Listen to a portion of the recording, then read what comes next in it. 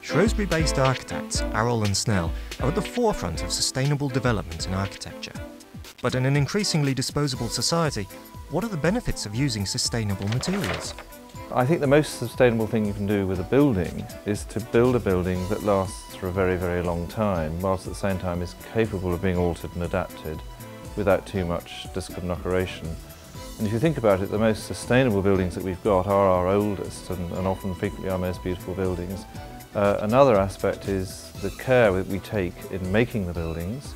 We should try and make them as economically as possible, but we should use as much craftsmanship as possible, because the human touch that comes from having things made by hand, and often expertly made, is very important. And in the case of Meal Grace Church, are these new developments in keeping with the style of the building?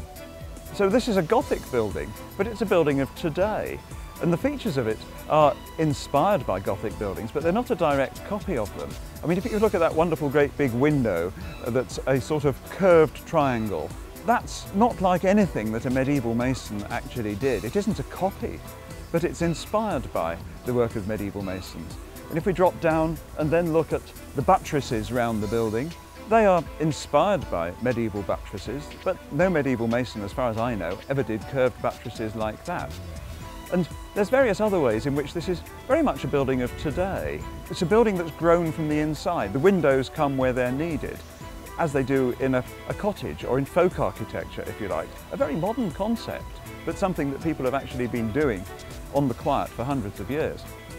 It's important that the new design is sensitive.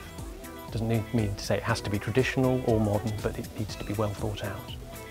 And the view that we take here is that if you design buildings to last for a long time, you can justify using quite a lot of energy to make those materials. So if your bricks take a lot of energy to fire, if you have a building that lasts for 200–300 years and then you can reuse the bricks at the end of that, then you're not doing too badly. More sustainable materials, well, I think we've as a practice always tried to recycle materials, to repair buildings. We do an awful lot of repair of buildings, and so I don't really think it's anything new. It's just not being wasteful, not throwing things away, you know, moving away from the disposable society. That's where I think we should be going.